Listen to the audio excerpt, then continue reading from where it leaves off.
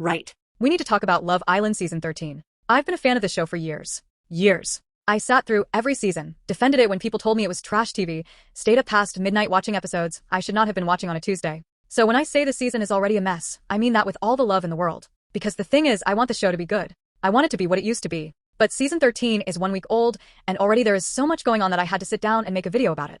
We're covering everything. The ratings disaster, George Knight, and all his drama. The black women conversation that comes up every single year, and clearly nobody is doing anything about. The fake World Cup tie-in. We're talking about all of it. Let's go. The ratings. 600,000 people. That's it. I want to start here because I think everything else this season has to be understood in this context. The show launched on June 1st. First episode of Series 13. Overnight numbers came in, and Love Island pulled 600,000 viewers. 600,000. That's it. That's the number.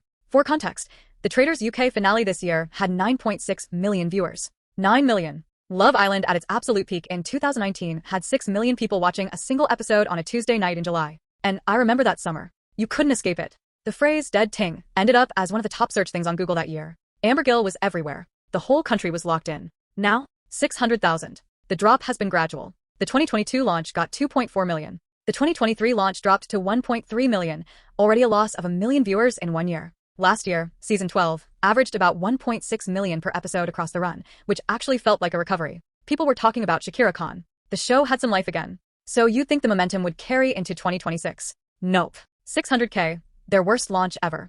And I think that number tells you something really important about where the show is right now. Not just that people aren't watching, but that people have genuinely stopped caring. When you hate something, you still talk about it. When you're just done with it, you don't even tune in to hate watch. And that's where a big chunk of the British public is with Love Island right now. The massive shakeup, that was a joke. So before the series launched, ITV went on a press run talking about how Season 13 was going to be different. They teased a shakeup, something for the first time in Love Island history.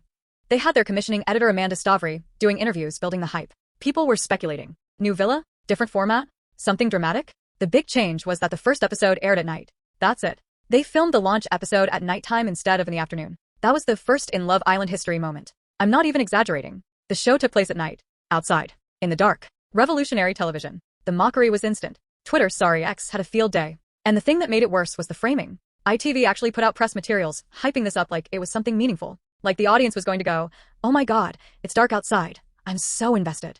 The audacity of building expectation around that one detail tells you a lot about how out of touch the people running the show have become. When your biggest innovation for a 13th season is the time of day, you've run out of ideas. OPE speculations. We also need to talk about OPE. Because this conversation started before the series even aired. When ITV revealed the Season 13 lineup on May 26th, OPE's job immediately became the main topic. He's a West End performer. He's been in The Lion King and Hercules on the West End. He's done backup dancing on Strictly, Saturday Night Takeaway, and appeared in Hannah Waddingham's Christmas special, which is, by any measure, a brilliant and impressive career. But a certain corner of the internet saw West End performer and started speculating about his sexuality before he'd said a single word on screen. Social media users shared images of him in costumes and with co-stars and friends, using those photos to make assumptions about him and who he is. The logic being he dances, he sings, he does musical theater, therefore he must be gay. Which is just the most tired, reductive line of thinking. We're in 2026 and people are still using "he seems theatrical" as coded language. The pushback was real though. People hit back defending him. One person wrote, "Can men not just be themselves? Can they not express themselves how they want to without fear of being labeled gay?"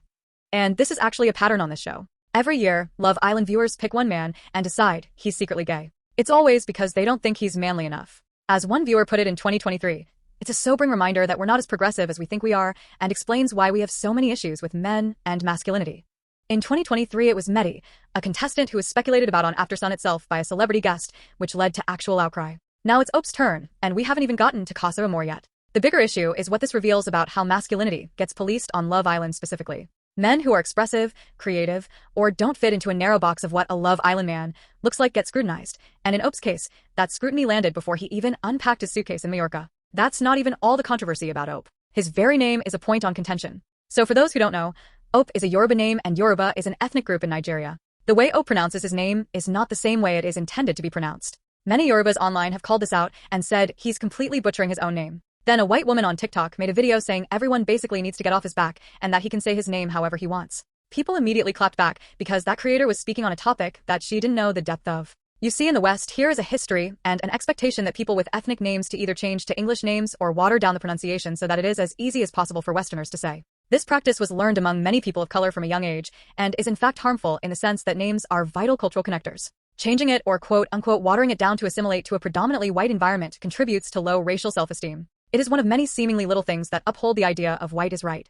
George Knight, the biggest story of the week. Okay, George Knight. Let's do this properly because there are actually several different layers to this story, and they all need to be separated out. George and Yasmin Hadlow came in as the first bombshells on day 2. And producers gave them an immediate task. Within 24 hours, they had to pick one girl and one boy to dump from the villa. Ruthless from the jump. George chose to dump Samraj Tour, a 25-year-old from Birmingham who had been coupled with Micah Harris. George then pursued Micah. Classic bombshell move, fine, that's the game. And then on day 4, 4 days after he arrived, 3 days after he first appeared on screen, George quit the show. ITV released a statement. For private reasons, George has left the Love Island villa. Contestant welfare is our primary concern. George himself posted on Instagram. Family comes first always. Leaving the villa was a decision made in order to be with my family. Out of respect for them, I prefer not to go into any further detail. Vague. Very vague. And when you're vague in the context of Love Island, the internet fills in the blanks. George has dumped the person Micah was with, pursued Micah, and also made it clear to Robin he was interested in her. All within 3 days. Then he leaves. And his reason is family. Maybe that's true. People do leave shows for genuine personal reasons. But the timing, the vagueness, and everything else that happened around it made it look like George saw things getting complicated and dipped. And then there's the other part of the George conversation, which we're going to get to in a second. The bigger race conversation. This is the most important part of this video. And I want to take my time with it because it's not a simple conversation and it gets flattened every time it comes up. Love Island has a race problem. Specifically, it has a recurring, documented, year-after-year problem with how it treats black women on the show. And season 13 is already repeating the pattern from the first episode. Let's start with the casting. There is one black woman in the original cast this year. Angelista Gunda, 24, a nurse from Staffordshire. She described herself before going in as someone who backs her flirting game, won't beg for attention but will put herself in the mix. Sounds like a perfectly good contestant, right? And yet from the moment the original Islanders coupled up, Angelista ended up with Ope, the one black man in the original cast who has already proclaimed that his ideal type is Sabrina Carpenter, mind you. Nobody chose them individually. The coupling happened by group deliberation and process of elimination, and those two ended up together. Rachel Finney, who is on Series 7, has been saying this for years. She described it as structured. One black man, one black woman in the original lineup, maybe a couple more dropped in during Casa Amor. And she said what a lot of people feel.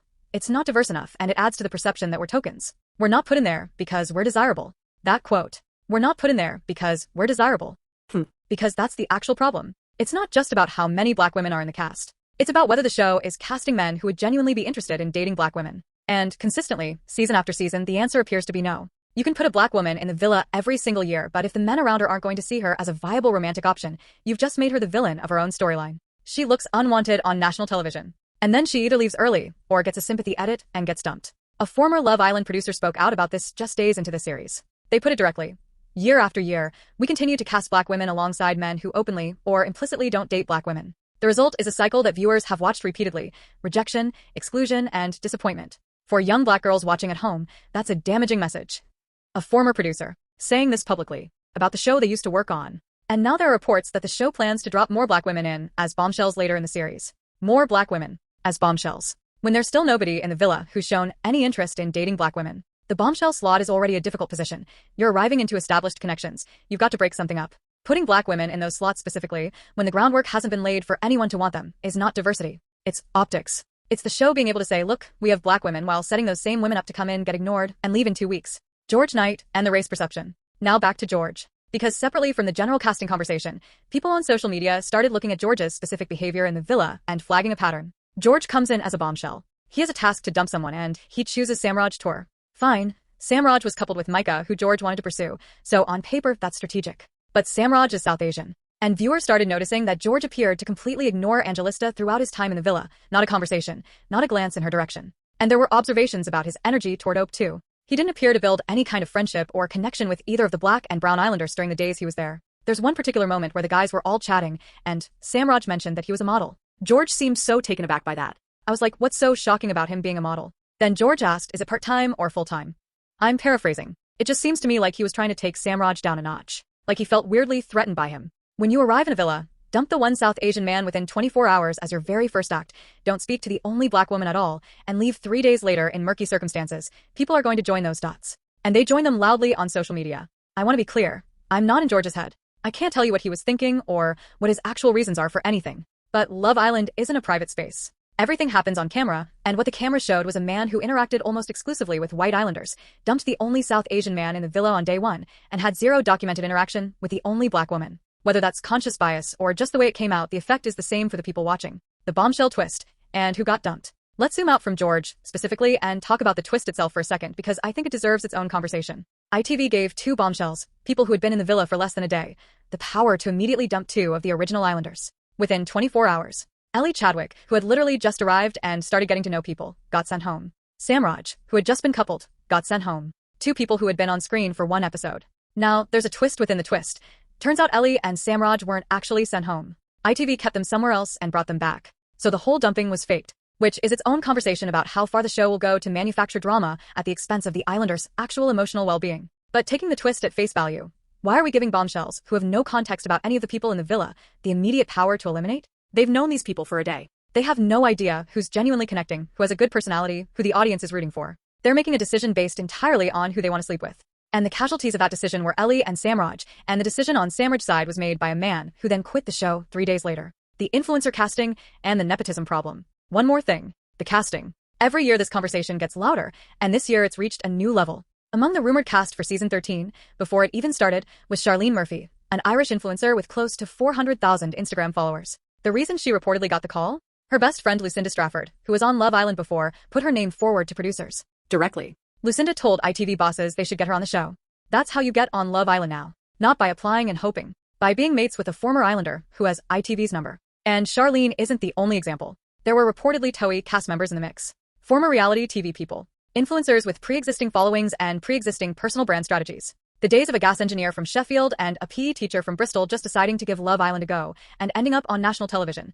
Those days are gone. The show has become a career move for people who are already halfway to being famous, and those people know exactly how to perform for a camera, which sounds like it would make good TV, but it doesn't. It makes calculated TV, and calculated TV is boring. The whole thing has become circular and self-referential. Love Island contestants become influencers, who then get their friends onto Love Island, who become influencers, who get their friends on. The show that was once a window into real people finding love has turned into an industry networking event in Mallorca, launching against the World Cup. Okay, so this one I partially get from ITV's perspective, but also, what were they thinking? The 2026 FIFA World Cup is happening right now. June 2026. England are in it. The whole country cares. And ITV decided to launch Love Island on June 1st, directly competing with World Cup coverage, and then tried to frame it as counter-programming with a football-themed trailer. The trailer had a beach ball, football chants, Maya Jama saying, "We've got a squad of worldies and a bench full of bombshells." They were trying to make it a bit. The problem is that the audience Love Island needs, young people 16 to 34s, the ones who used to make it unmissable, those are also the people watching England games. They are not sitting at home picking between Love Island and the World Cup. They're watching the football. You've just voluntarily launched your show into the most competitive viewing period of the year when you already have a ratings problem. And the football tie-in branding felt desperate. Love Island and football don't naturally go together. The show has its own language, its own vibe. Slapping a football theme on it doesn't attract football fans who weren't already watching Love Island. It just looks like a show that doesn't know what it is anymore. So, where does this leave us? It's 1 week in. 1 week.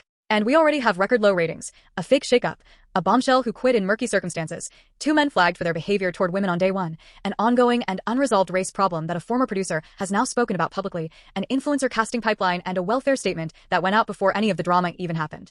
The show is in trouble. I think most people who watch Love Island regularly can feel it. The thing that made it great, the surprise of genuinely not knowing who these people were, what they were going to do, whether they were going to fall in love or implode, that's gone. It's been replaced with a sort of predictable machinery. Same shapes, same storylines, same conversations about the same problems every single year. And the saddest part for me as someone who loves this show is that the fixes are not mysterious. You want the show to work better for Black women? Stop casting men who won't date Black women. You want better contestants? Stop letting the influencer ecosystem supply them to you. You want genuine moments? Cast actual strangers who haven't workshopped their Love Island personality on TikTok first. These are not hard problems. They're choices. And ITV keeps making the wrong ones. Season 13 might still turn around. It's early. The drama with Angelista's storyline is going to play out over the next few weeks, and we'll see whether the show gives her a real chance or sets her up to fail the way it set up Black women before. The George situation will eventually get a proper explanation, or it won't, and the speculation will fill the gap. The couples will shift, bombshells will arrive, Casa Amor will happen, and somewhere in there might be a moment that reminds everyone why they fell in love with the show in the first place.